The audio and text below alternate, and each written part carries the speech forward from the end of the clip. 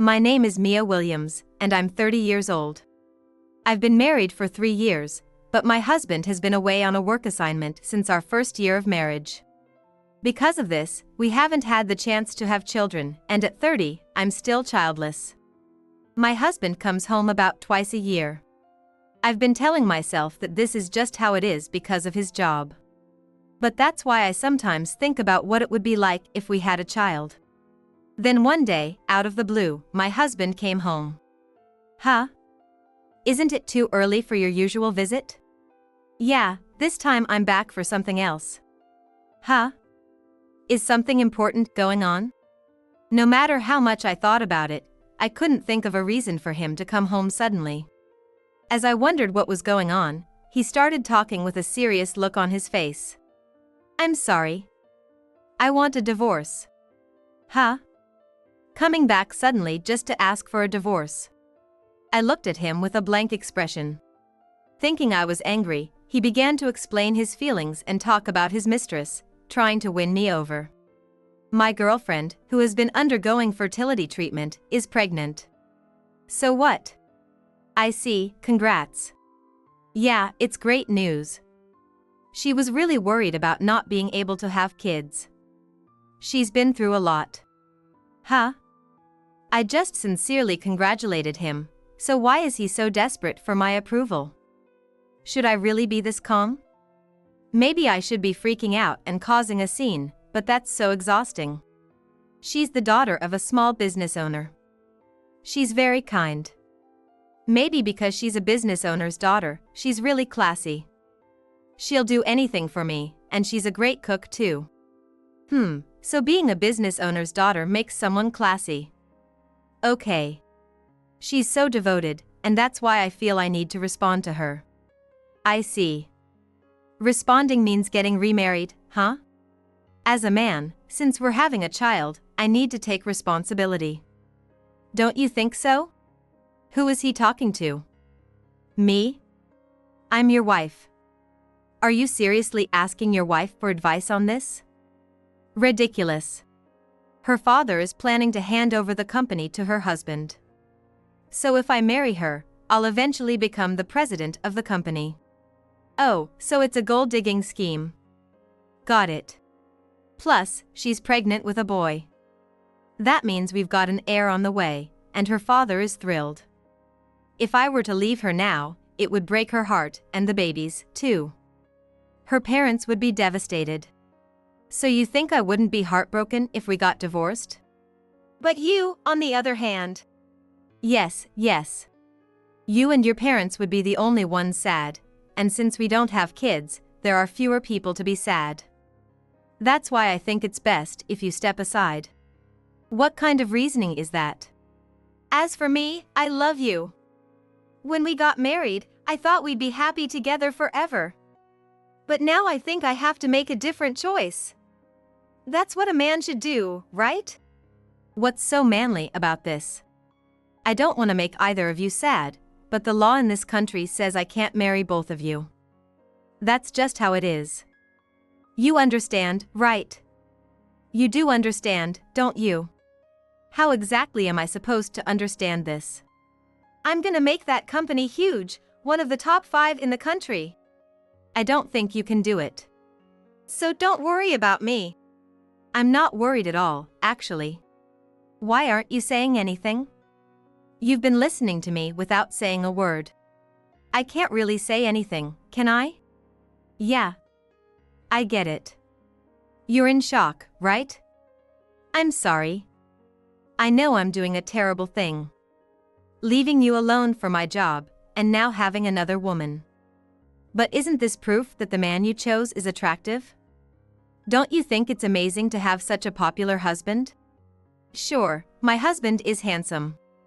The moment I met him, I thought, he's my type, and did everything I could to start dating him. I finally got him to go out with me, and I made an effort to become his ideal type. When we decided to get married, I even did a fist pump. I worked so hard for this, but here we are in our 3rd year of marriage, and he's announcing he has a mistress. And she's pregnant. That's just unbelievable. I can only think that he is really this kind of person, but honestly, I'm not shocked at all. Because I already knew it. There were too many suspicious things. I thought he might be cheating.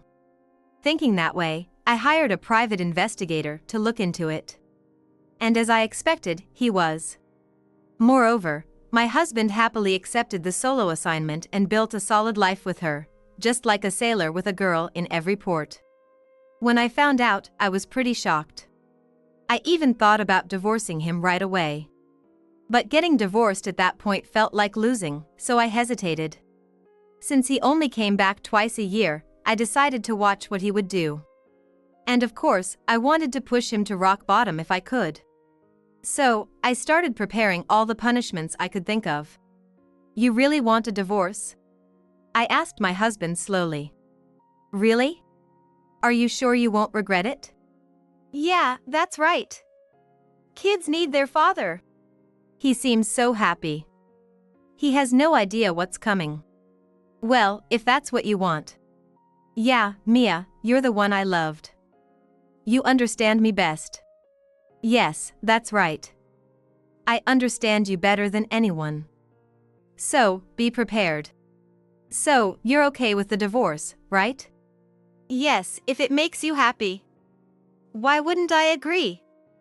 Thanks for everything until now. I smiled brightly and looked at him. Thank you, I'm really happy. I'm sure you are. So, can you sign the divorce papers? You came prepared, I see. Yeah, as soon as you sign, I need to go back to her. She's pregnant, and I don't want her to worry unnecessarily. How kind of you. Of course, I love her more than anyone. I see. More than anyone, huh? Oh, but I love you too, Mia. You don't need to say things like that. As long as you're happy, that's all that matters to me. Thank you. Really, thank you. No need for thanks. This is just the beginning of your hell. Don't think a simple congratulations will end this. Congratulations. Here are the divorce papers. Today's the last day we share the same last name. Oh, that's right. Once it's processed, you'll go back to your maiden name. Yes. By the way, I'll be asking for alimony. Sure, no problem. She's the daughter of a small business owner, after all. It's not your money, is it? Yeah, but since she's a business owner's daughter, I won't need to give her my earnings. Her parents will probably support her. Marriage means being independent. But she said her parents love her more than anything, so even after marriage, they'll support her. Well, I hope that's really the case. It's all good, this means my future is secure. I'm like a Cinderella boy. Cinderella, huh? Cinderella met her prince, though. That's why she's my prince. I see. I hope she really is your prince. This should be interesting. So, where are you living now? Oh, I'm mostly at her apartment. So you're not living in the house I set up? That place is too big and lonely. But when the baby is born, a big house will be nice. After we get married, we'll live there together. You weren't living there? Seriously? Yeah, once I met her, I wanted to be with her. I see. Thanks for the divorce papers. Once they're submitted and processed, I'll go meet her parents. Since she's pregnant, they shouldn't oppose us. I understand. I'll send your stuff. Sure, that big house has plenty of space for all my stuff. It's no problem. Got it. Goodbye then. I wish you happiness. Really, all the best. I smiled and saw him off at the door, then firmly closed it behind him. A week later. As expected, I got a call from my ex-husband George. Mia, it's terrible. Oh, hello, George. Enjoying your happiness? Yeah, I'm happy, but that's not the issue. What's wrong? The big house we used to live in is now an empty lot. Oh, is that so? They work fast. That's just what I'd expect from a contractor my father recommended. What do you mean? Because we got divorced. But I told you we would live in that house once I married her. That's what you decided on your own. I never approved it. What do you mean? Now I have nowhere to live. Doesn't she have an apartment? Her apartment is overflowing with my stuff. Oh, why's that? That's what I want to know. Why did you send all my stuff to her apartment when I told you to send it to the big house? Well, obviously. We're divorced. But even after the divorce, that house belonged to my grandmother. She only let us use it because you were on assignment. Is that so? That's why it's perfect timing, don't you think? But you could have just let me stay there. You weren't living there, were you? You said you were at her apartment. I see, so that's how it is. Yes, that's right. I'm sorry, but my grandmother said that if we're divorced, the house isn't needed anymore, and since there were no plans to live there, she asked to have it cleared. It's easier to sell or maybe rent out as a parking lot. I see, that's a shame. I was counting on living there, it messes up my plans. Yes, it's a shame. But it couldn't be helped. I didn't understand why you were talking about living there after getting remarried. Well, it's fine. I'll probably end up living at her parents' house. I hope that works out. So, that's why you sent my stuff to her apartment? Exactly. If I sent it to my grandmother's house, you'd have to move it again to her apartment. It'd be a waste of time. The house was set to be cleared anyway. That makes sense, you could have told me, though. If I had, it would have spoiled your happiness. You seemed so happy. I couldn't do that. Yeah, but how did you know where her apartment was? Why do you think? It's a mystery. Seriously, how did you know? Anyway, did all your stuff arrive? There were 30 boxes. I didn't expect there to be so much. But I wanted to make sure your clothes didn't get wrinkled. Yeah, 30 boxes arrived. The shipping cost was insane, though. Sorry about that. I couldn't pay for it myself. Now that we're divorced, I have to manage on my own. I need to avoid unnecessary expenses. Yeah, I get it. Sorry for the trouble. It's fine. It was for you. I'll do anything I can to help you from now on too. No, that's okay. You don't need to worry about me. Really? I smiled slyly, thinking, he'll call again, as I hung up the phone. Just as I expected, about one more week later, I got a call from a dejected George. Hearing his voice, I smirked, but I still answered the phone, pretending to be a good-natured woman. Oh, I thought you weren't gonna call anymore. What's up? Yeah. Oh, by the way, our divorce has been processed. We're officially strangers now. Congrats. You can remarry now. Yeah, but things didn't go as planned. Oh, what happened? Just as I was about to go meet her parents, I got a termination notice. Why was I fired? I didn't do anything wrong. I didn't even make any mistakes. I told her about it, and she said, "Why don't you work at my dad's company?" Wow, a new job lined up already. Congrats. No, it's not that simple. Why not? Because I'm unemployed now. How can I ask them to let me marry her? It's irresponsible. Oh, I see. But if the CEO's daughter says so, then isn't it fine? Do you think so? I mean, wouldn't any parent dislike a guy like that showing up? That's true, but since she's pregnant, that changes things, doesn't it? Yeah, you're right. Finding a job quickly will help her stay calm, right? Yeah. You're right, Mia. Okay, I'll go introduce myself. With that, George went with her to meet her father, the CEO. But if the information I have is correct, things shouldn't go that smoothly. If that happens, I'm sure he'll contact me again. Just as I thought, he contacted me again. I answered the phone with a smile once again. Please listen to me. You're telling your ex-wife this, but I don't think I need to hear it. Don't say that. I have no one else to talk to but you, Mia. That's why I said I'd do whatever I could. You're the one who turned me down. Yet, he still contacts me like this, proving he's truly consistent in his ways. Actually, Mia, I went to introduce myself for the wedding because you told me to. Well, good job. So, do you want me to say congratulations? No, it's not that. When I went to see them, they told me something shocking. What did they say? They said it doesn't matter if I'm unemployed or not. That's great. Taking the plunge was the right move.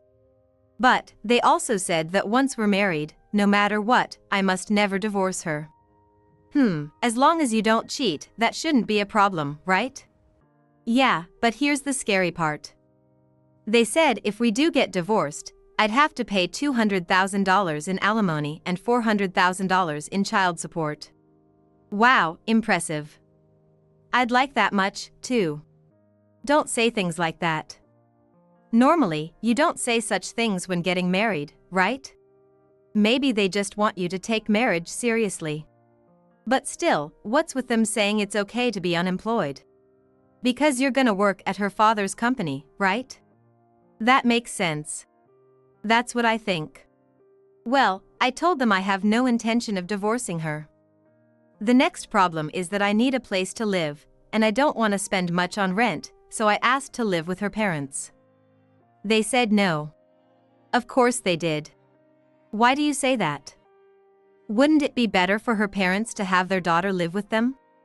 She's been married twice before, you know? I know. She told me her previous marriages ended because she couldn't have kids and her husbands treated her badly. You're the only one who believes that. Both times, she moved in with her parents right after getting married. She's very selfish, and when things don't go her way, she yells and throws things. Plus, she racked up credit card debt, and her husband couldn't take it anymore and divorced her. That's why her first marriage ended. I never heard that. The second time was because she cheated. That's because the second guy was a bad person. He was abusive, after all. Is that what you heard? Are you saying it's not true? Well, only she knows the truth. Given all that, her parents decided that if she married for a third time, she shouldn't live with them because she gets spoiled at home. Smart move. How do you know all this? I looked into it. Why were you investigating? Because I had doubts about your actions. My actions? What do you mean?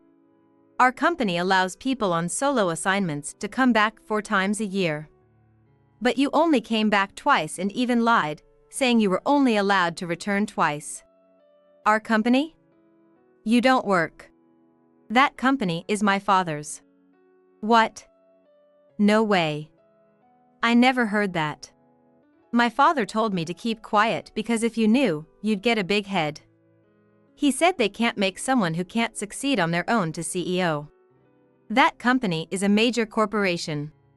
Yes, your girlfriend is from a small business, which is too bad.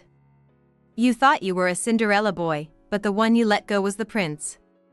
But still, she's a CEO's daughter and classy, right?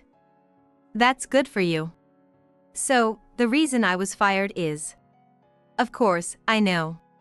Tell me. Why was I fired? Simple. You divorced the CEO's daughter. You were only employed because you were the son-in-law. But now that you're divorced, keeping an incompetent employee like you is a waste, so you were fired.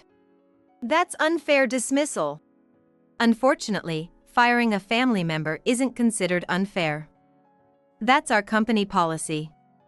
And since you're marrying the daughter of a small business owner, it shouldn't be a problem, right? There's a huge difference between a major corporation and a small business. That's your choice. You made your bed. If I'd known you were the CEO's daughter, I wouldn't have cheated. You shouldn't cheat, regardless of who you're with. Yeah, you're right. So, is your marriage with her set? Yeah. You've got an heir, right? Yeah, sort of. Then that's good for you. Being the son-in-law of a major corporation's CEO doesn't guarantee you'll become the CEO. There are plenty of other capable candidates. I don't think you could have made it. But becoming the CEO of a small business should be manageable, right? That's true. Then there's no problem. Yeah. His hesitant response made me think something was up. But a month passed with no contact. It was too quiet, so I decided to call him. Hello, George, how are you? Oh, Mia. The alimony hasn't been deposited yet. Can you hurry up? I'm dealing with something right now. Oh, what's wrong? I thought I'd get a job at her dad's company, but they said they already have enough people. Didn't you discuss that during the introduction? Yeah. I couldn't bring myself to ask for a job right there during the introduction. I see. Her dad probably thought you'd find a job before the wedding. That's what it seems. But once we got married, I asked for a job, and that's when he realized it and told me they had enough people and couldn't hire anyone else. Well, that makes sense. What do you mean? With the first husband and the second, they tried to groom them to take over the company, teaching them diligently. But they ended up divorcing. They realized it's pointless to just teach someone who doesn't stick around. It's more reliable to choose a successor from the employees. It makes sense. Even if they start teaching someone new, there's no guarantee they'll continue, and if they don't, it's just a waste of effort. I'm not like that. Don't tell me that. But if that's how it is, then I can't help it. I just need to become a man they can trust. Well, that's commendable. So, are you gonna ask your father-in-law again? No, if they don't need more people, it's useless to ask. So, are you gonna look for a job? No, there's an easier way. You could get me a job at your company. What? That's impossible. You were already fired once. But I didn't make any mistakes. I was only fired just because we got divorced. Even if it's in the rules, that's unfair dismissal. So, talk to the CEO and get me rehired. Huh? If you don't, I have nowhere to work. And there's a baby on the way. Why don't you work somewhere else? Why are you so fixated on my dad's company? Because it's a major corporation. It's easier to be accepted. I'm not sure about that. If you're working at a major corporation, people wouldn't think you'd work at a small business. Plus, my dad's company chooses CEOs from within the employees, so there's no place for you. Don't say that. Even a branch office would be fine. Otherwise, she'll keep yelling at me. Please, I'm begging you. That's not my concern. Don't say that. We've been through so much together, Mia. As a divorced couple? Don't be mean. Help me out. Fine, I'll ask once. He must have been desperate. I asked my father, thinking it wouldn't work. However, to my surprise, my father agreed to hire him at a branch office. It seems my father also regretted the dismissal this time. Even though George made me cry, it was undeniably an unfair dismissal. So, they'll interview you for a position at a branch office that needs people. Really? Thank you. But neither the CEO nor I will put in a good word for you. You have to pass on your own. Of course. I was at the headquarters, after all. A branch office interview is nothing. Are you serious? Absolutely. Once I get back into a major corporation, she can give birth without worries. Hope it works out for you. George, full of confidence, actually managed to get the job on his own. But the real problem started after that. Apparently, he bragged about having worked at the headquarters and boasted about how capable he was. He even revealed that he was once the CEO's son-in-law, acting superior and claiming he was different from the regular employees. As a result, he was mocked and considered deserving of his previous dismissal, isolating himself. Eventually, he was labeled as an incompetent fool who couldn't do his job properly. Because of that, He made the workplace uncomfortable and ended up resigning voluntarily within 6 months of joining. Hearing this, my father's regret over firing him because of the divorce faded, and he was convinced that George really was incompetent. Then I got a call from George after he resigned, and it was utterly pathetic. "Mia, please help me." "Oh, George. You managed to get a job, but you resigned yourself?" "Yeah, everyone there was an idiot. I need to be at the headquarters." "So? Get me back into the headquarters." "Don't you think that's impossible? They rehired you at a branch office despite your dismissal. You failed there, so why do you think they would take you back at the headquarters?" "That's true, but I know I can do the job." "No, you can't. If you were truly capable, you wouldn't have been fired even after the divorce." "Enough now." "I know, but please. My wife is telling me to fix it. She nags me every day. And now she's asking why I resigned after finally getting a job. What am I supposed to do?" "I don't know. This is your own doing." "If this keeps up, she'll divorce me." "Listen." "What?" "Will you help me?" "No. Your wife is cheating on you." "What?" "Isn't it only a matter of time before she divorces you?" "But she's pregnant." "That's just how your wife is. Your father-in-law probably knew." "Really? But if you divorce, you have to pay $600,000, right?" "Yeah, so I can't divorce. No matter what, it's impossible." "Is that $600,000 even if she demands the divorce?" "That's what it is. My father-in-law said that if she's pushing for a divorce, there must be some fault on the man's side." "Well, that's true. She wouldn't cheat if nothing was wrong. Though, I don't know about her case. That's why I can't get divorced. If she's cheating because I'm unemployed, then I absolutely need to get a job. And it can't be at some small company. So please, help me. Even if you say that, with a wife like that, it's not so easy. Please, help me out and find me a job." "No." "Why not? You could help me." "Selfish. Can you stop saying such self-centered things? I'm not kind enough to help someone who resigned voluntarily. Just try to get along with your wife. Please, if this keeps up, she'll divorce me. Please." George was shouting for help, but there was no point in getting involved any further. He brought this on himself, sort of. But, given that he married such a woman, it's understandable to want him to experience hell. 6 months later. I wondered how George was doing, so I looked into it and found out that he had somehow found a job. However, the job he found was at a small factory, and it seemed he took it just to avoid paying the $600,000 in alimony.